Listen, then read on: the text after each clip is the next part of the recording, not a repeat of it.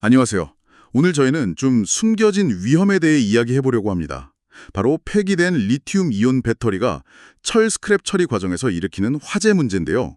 최근에 부산에 있는 한 제강사 야적장에서 불이 크게 났었잖아요.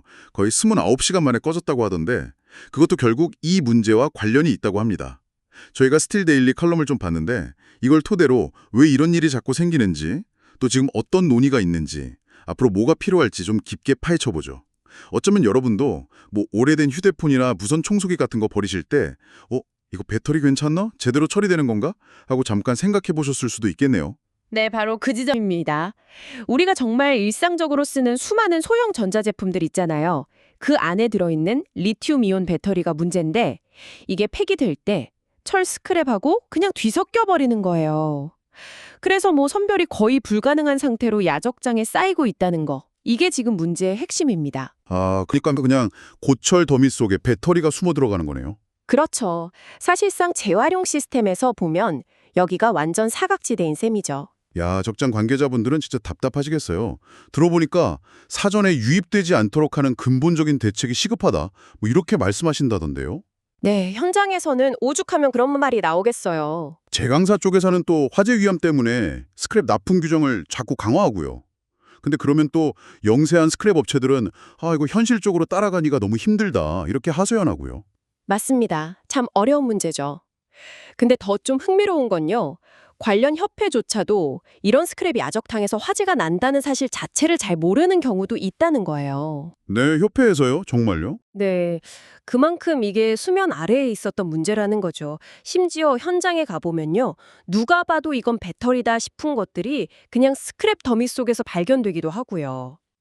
아니 전문가가 아니어도 알 수 있는 것들이요? 그렇습니다. 비전문가가 육안으로 봐도 알 수 있는 것들이 섞여 있다는 거죠. 이건 결국 우리가 의존하는 이 자원 순환 시스템 어딘가에 좀 취약한 부분이 있다는 걸 보여주는 겁니다. 아, 심각하네요. 그래도 다행히 정부도 이 문제를 아예 손 놓고 있는 건 아닌 것 같더라고요. 내년부터는 생산자 책임 재활용 제도, EPR이라고 하죠. 이걸 소형 가전까지 확대한다고 하고 또 뭐 배터리 색깔을 좀 다르게 해서 구분하기 쉽게 하려는 그런 계획도 세웠다고 들었습니다. 정부도 노력을 하고는 있습니다. EPR 대상 품목을 확대하는 건 분명 긍정적인 방향이죠. 배터리 색상 구분 같은 것도 효율성을 높이려는 시도고요. 그런데 여기서 좀 궁금한 게 생겨요. 과연 이것만으로 충분할까 하는 점이죠. 소형 가정이라는 게 종류가 정말 너무 많잖아요. 게다가 수입 제품도 엄청 많고요. 이걸 다 관리한다는 게 현실적으로 가능할까요? 네, 아주 좋은 지적이십니다. 사실 제도 개선만으로는 분명히 한계가 있을 수밖에 없어요.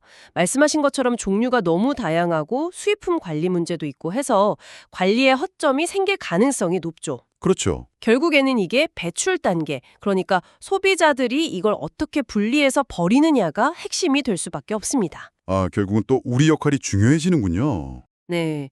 그래서 그냥 분리배출 잘해주세요라고 캠페인만 할 게 아니라 뭔가 좀 실질적인 유인책이 필요하다는 목소리가 나와요. 예를 들면 과거에 우리 공병 회수할 때 보증금 돌려줬던 것처럼요. 배터리가 포함된 제품을 제대로 분리해서 배출하면 뭐 인센티브를 준다던가 포인트를 준다던가 하는 방식이죠. 보상제도 같은 거요. 그거 좋은 아이디어 같은데요? 네, 효과가 있을 수 있다는 지적이 많습니다. 결국 이게 규제와 자발적 참여 사이에서 어떻게 균형을 맞출 거냐, 이게 중요한 고민거리죠. 제도적인 보완이랑 별개로요, 현장에서 바로 적용할 수 있는 그런 기술적인, 물리적인 대응책도 중요해 보이는데요. 엑스레이나 뭐 AI 기반 선별 시스템 같은 거 도입 이야기도 나오는 것 같던데. 네, 그런 기술들이 개발되고 있죠. 근데 이건 또 비용 문제가 클 것 같아요. 제강사들은 뭐 투자를 할 수도 있겠지만 규모가 작은 스크랩 업체들은 부담이 상당하겠는데요. 정확히 보셨습니다. 그래서 정부나 아니면 협회 차원에서라도 좀 지원이 필요하다, 이런 목소리가 현장에서 나오는 거고요. 그리고 또 하나 우리가 좀 염두에 둬야 할 게 있어요. 어떤 거죠? 100% 완벽하게 모든 배터리를 사전에 골라내는 건 사실상 불가능하다는 전제가 필요하다는 겁니다. 아, 현실적으로 완벽 선별은 어렵다. 네. 그렇다면 만약에 화재가 발생했을 때 이걸 초기에 얼마나 빨리 진압할 수 있느냐, 이 초기 대응 능력을 키우는 게 굉장히 중요해집니다. 그런데 현실은 현장 교육도 아직 많이 부족하고요. 리튬 이온 배터리 전용 소화기라는 게 있긴 한데 이게 또 비싸기도 하고 아예 그런 게 있는 줄도 모르는 경우도 많다고 해요. 아, 전용 소화기가 따로 있군요. 네, 그래서 이런 기본적인 안전장비 확보를 위한 지원책 마련이 정말 시급해 보입니다. 그렇군요.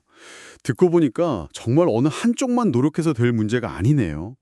정부는 제도로 잘 정비해야 하고, 제강사는 책임감을 갖고 투자도 좀 하고 관리도 해야 하고, 스크랩 업계는 교육도 받고 시설 개선 노력도 해야 하고, 그리고 마지막으로 우리 같은 소비자들도 분리배출을 정말 잘 해야 하고, 이 모든 게 다 같이 가야 하는 거네요. 그렇습니다. 다각적인 노력이 동시에 필요한 거죠.